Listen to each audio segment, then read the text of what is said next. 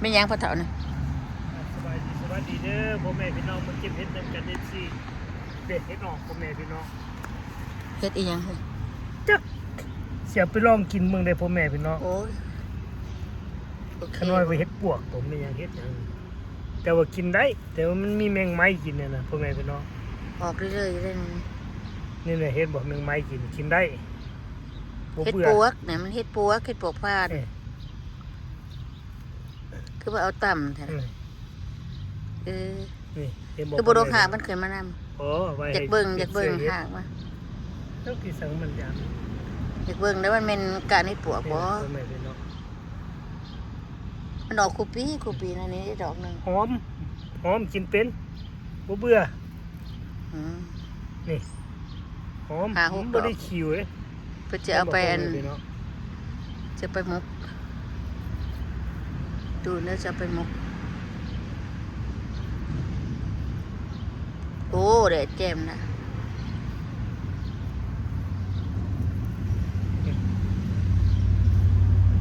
อุ้ยใส่กระตาได้เห็นมากัน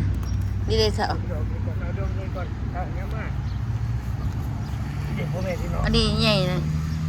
มันบริเถาเนาะมันยังดีเนาะเฮ็ดปวกผ่านคือนั้นมันก็ออกอีกมันจะออกลายอยู่มันทำบ่ลายซ้ำนี่น่ะใช้ดอกนึงโอ้ผีน่ะลายเติมอยู่ได้พี่น้องแต่พ่อเพิ่นว่าอยากมุกนี่แมงไม้กินนี่เห็นบ่แมงไม้กินบ่เบื่อพ่อแม่พี่น้องเอาแม่ดอกนั้นดิฮั่นเปิดเบิ่งเด้อน้ำมนต์นี่นะเท่านั้นเอาขนาดเอาดอกแค่มาปลูกให้ดิดอกนั่นก็แมงไม้กินน่ะได้ลายเติมเนาะจ้ะท่ะโอ้โตเชื่อมันมีลายอยู่เห็นบ่แมงไม้กินนี่กินได้น้องออกบ่หลายพ่อแม่พี่น้องได้อยู่แต่พี่น้องก็เห็นแต่ลำดอกนึงเมื่อนั้นนี่บ่มีป่ะเปิดดูใช่จะว่าเข้าใจเดี๋ยวเห็นป่ะเห็นป่ะกับไม้เนาะนี่ว่าโอ้ตากูmy god เฮ็ดออกเด้อพ่อแม่พี่น้องเดินบ้านกันหน่อยนี่เบิ่งก่อนนี่ได้หลายเติบหน่อยเนาะเห็นบ่ดอกเบิ่งดูนะเบิ่งดอกแท้นั่นแต่มันมีดอกเบิ่งเฮาสิไปหาอีแซงคือในเงาอันขาวๆมันออกแต่แถวนั้นแต่นี่คือออกคือมันบ่หลายว่านะออกซะแล้วออกนั่นโอ้ยผักหอมเสริมพ่อแม่พี่น้องให้ไปกินก้อยกินฟันเมาเด้อพ่อแม่พี่น้องเด้อ FC อยู่เมืองดอกแก่นสปอร์ตไปเบิ่งแถว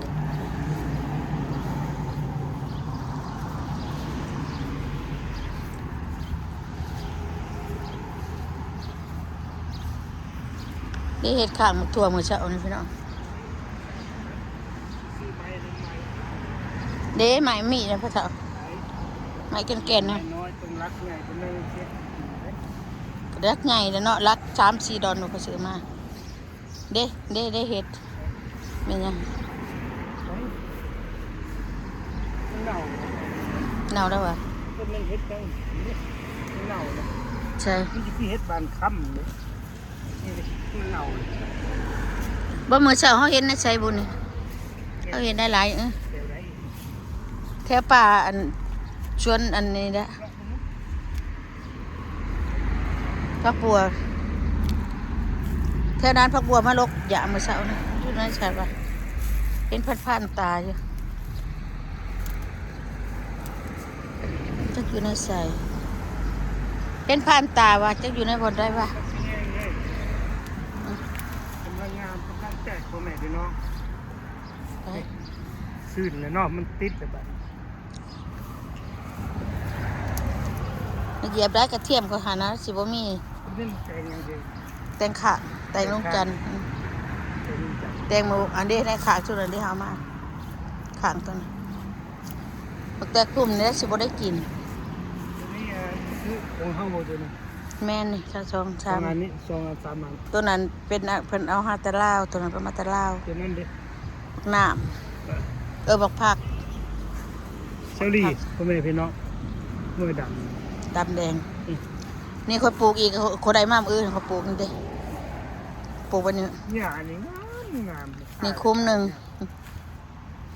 งามกระยาเพิ่นได้หยาอันเสียเอาเด้เฒ่าเด้ข้อยปลูกนี่ก็ปลูกนั่นนี่มื้ออื่นนี่อันนี้หมากหะอันนี้ข้อยปลูกตัว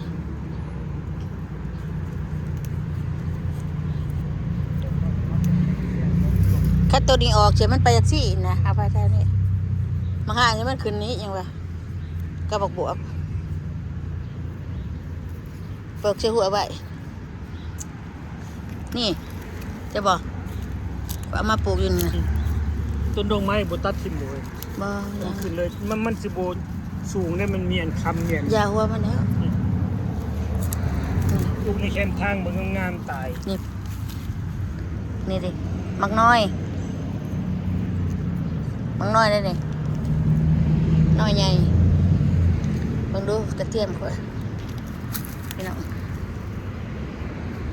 เบิ่งดอกมันใหญ่ๆดอกมันดอกใหญ่ได้มันบ่ทันได้แก่ยังอ่อนอยู่หาเบิ่งเด้อถ้ามันมีหาเบิ่งอีก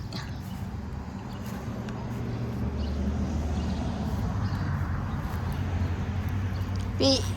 ทิศหน้านี่เห็นมันออกอีกได้ถามทิศหน้ามีออกอีกนี่ได้หลายเติบได้น่ะ สิมุกลงเบิ่งได้นี่แต่บ่กินได้ก็น้อยว่ะมันมีแมงไม้ ก็ กิน หาย ได้ เพิ่น นี่ กินดอกขนาดบ่กินดอก นี่ดิเห็นบ่ เออ แมงไม้กินกินเฮ็ดตัวใดบ่มีแมงไม้กินบ่ต้องกินเด้อพ่อแม่พี่น้องบ่เป็นตะลอง หนึ่งมาในนี่ก็บ่ได้ใส่อันเคมีหยังในกระบะเจ้าของหาเบิ่งในเงามันแน่ล่ะ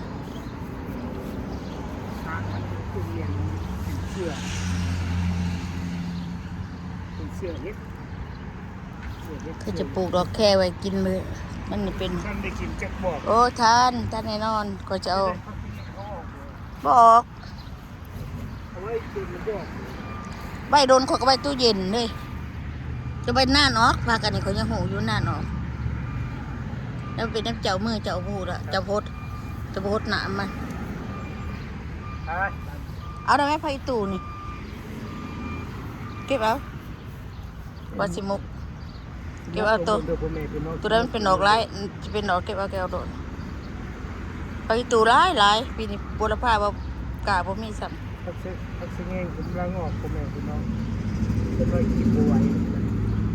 ไม่ใช่มุกเฮ็ดเจ้าเอามีดตัดเอากระบอกเจ้าเงามันขึ้นนั่น ที่ดิน เช็ดกะตีมีดก็ได้ เล็ดมันแตกใหม่เก็บบุเด็ดมันแก่ไว้เลยเนาะพ่อ ครับไปได้เรียกคลิปจังได้เนาะ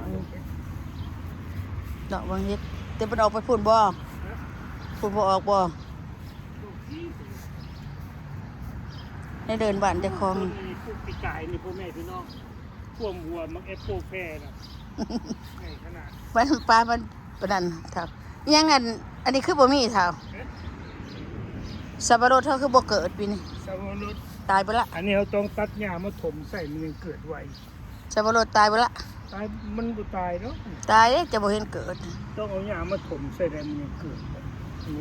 มีแต่พักตำลิงคนนี้ละนี่สิได้กินหลายอยู่นี่หาเบิ่งหนูเก็บกกไผ่ต่ออันนั้นตกที่ในกกไผ่นี่ เฮ้ยเชื่อมัน ก็น้อยสิได้กินหลายอยู่โอ้หย่อนนี่ตกลงมาพี่ว่ะ คิดถึง ก็น้อยมากเลยผักตำลิงนี่แกงใส่กระดูกหมู อันนี้ไอ้มาร์กเอาให้กินต้นหยังไม่ถามเราไม่ถามเราให้มันเอาเลย จะบ่จักสรรพคุณของมัน จัดสรรพคุณดีอ่ะ สรรพคุณมันดีอะไร แก้อะไรดีอะไร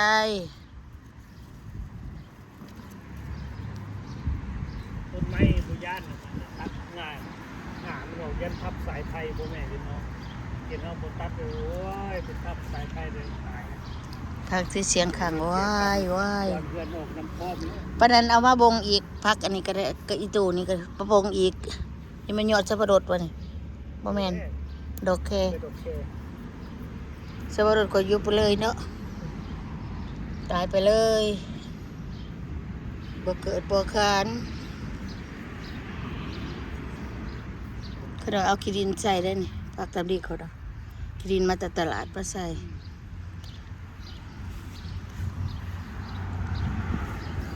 จะโดนมันก็ออกอีกแล้วเท่าว่าเลือดชีดหนากับเพชรออกอีกแล้วฮะ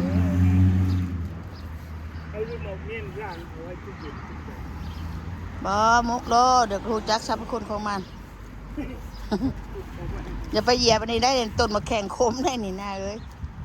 อันนี้ต้นสูงมันเป็นยังไงวะ เจ้าหวดมันสูงโผดยดน้ำเจ้าหวดน้ำแดดเนี่ยเขาโดนเฮ็ดข้างบักทั่วมือเสามันนะผู้เดียวเฮ็ดเช่นนี้ล่ะพอบักทั่ว2-3เครือฮะมาเป็นนี่เด้เฮ็ดนี่มันก็ได้แล้วเด้เครือมันก็เป็นหานบักทั่วแล้วเด้หมากอันนี้ก็เป็นก็กินหมากอันนี้ทั่วเป็นกินบักทั่วน้องใหม่เขาโดนก็งามงามนะพี่น้องนี่ แตกแข็งเลยบอกแม่มันเย็ดพัด หักแต่แนงนี่แกจะ ตัดออกเสียบ่ บอยามันเธอมันแตกอยู่นี่ติดแดก่อนเอาใหม่กัน ถ้าเพิ่งเขาปลูกมันพักมันติดมันเจือนเขาปลูกกันล่ามันก็สิบ่ยังเลยพ่อแม่พี่น้องอันนี้เขาปลูกตัวปีโบมันติดเลยพักมันยังไปไกลเลยเพื่อมันทนส ลองเบิ่งเอาเป็นการทดลองเนาะ บ่อยู่อะไรประมาณเนาะมันก็มีสโนตกคือกัน นี่ ไม้อะมันคือกอไม้สังไพนี่ เทคชัดเด็กยังมีกระโดดเฮ็ดฮักผู้สาวนี่มาเม็ดชวน ยอดมันเล่นเนี่ยจะมันงามเลยมันเล่นฮานี่บ่ บักเด่นที่เจ้าเอามาปลูกเด้มากินน่ะเด้ มันเล่นตาควาย อันนี้บักเด่นใหญ่ฮะบาดไว้ใหญ่นี่บักเด่นน้อยก่อนนี่บักเด่นหานี่ของข่อยนะหันอยู่หันไม่ช่องต้นอยู่เจนั้นไม่ช่องต้น ผมมีจัด อันนี้มากันเด้อเท้าเด้อข่อยปลูกอยู่เด้ออย่ามาอันไก่มันเด้อนี่จะฮู้บ่เนี่ยข่อยปลูกกันที่ข่อยซื้อมาน่ะข่อยปลูกจะมันขึ้นหัวนี้คันบามันใหญ่นะข่อยก็สิฐานมานี้ใช่ป่ะ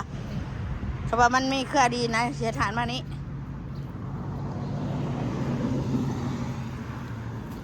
มักฮะใหญ่แล้วพี่น้องมักสไลด์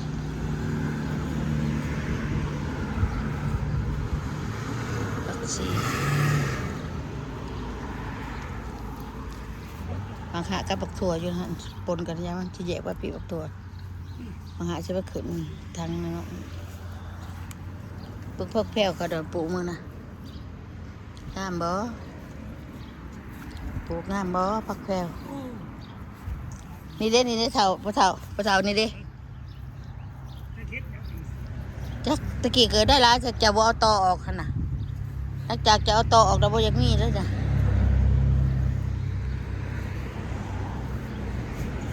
บางอันนี้เขาก็เป็นห่วงหนึ่งเลยพี่น้องนี่เป็นหมากกระเร็บอย่าเอามาใส่อีกอยู่กลมหนึ่งคมหนึ่งแล้วก็ด่าแล้วก็เอามาเป็นปีหน้าคนน่ะบ่ตายได้สนุกตกก็บ่ตายคนหน่อยเคย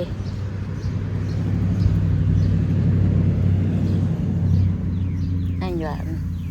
ให้ดอกไม้พระเฒ่าเบี้ยบักแข่งคมเต็มเลยแถวนี่มีแต่เบี้ยบักแข่งคมผู้ใดอยากได้มาเอาเด้อพี่น้องเด้อนั่นน่ะปะดุงนูนี่เบี้ยบักแข่งคมนี่บ่แม่นนี่แม่นแล้วนี่อันนั้น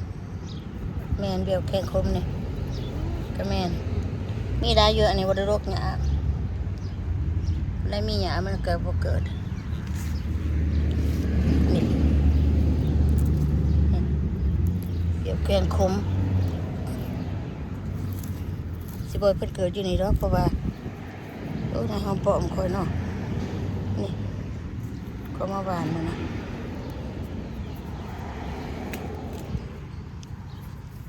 จะเป็นเบี้ยบักแข่งคมร้ายอันนี้นะ เฮ็ดตัวนี้ยังกินบ่ได้ กินบ่ได้ก็บ่กินค่ะพอจะไปกินวัตถุอย่างนี้เด้นี่เบี้ยบักแข่งคม มาเด้อผัก แล้วบาดเสียวคางมันตอก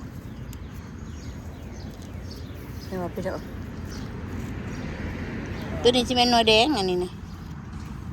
หน่วยซิปโปตัวนี้เป็นหน่วยเขียวเนาะเถอะเนาะเป็นห่วงหนึ่งเป็นลายห่วงไปจะได้บัดถ่ายปีไปเอาเฮ้ยโอเคถือกระตายเฮ็ดมา โอเคเด้อพ่อแม่ ไป พี่ จะ น้ ไป อง มุกเฮ็ดเพิ่น สิเข้าไปมุกเฮ็ดได้นี่ได้นี่ มุกเบิ้งกินเบิ้งโอเคอยู่ดีมีแห้งเอา โอเคอยู่ดีมีแห้งขอครบมุกครบใจลูกหลานที่ติดตามโอเคบ๊ายบายทำไมฝรั่ง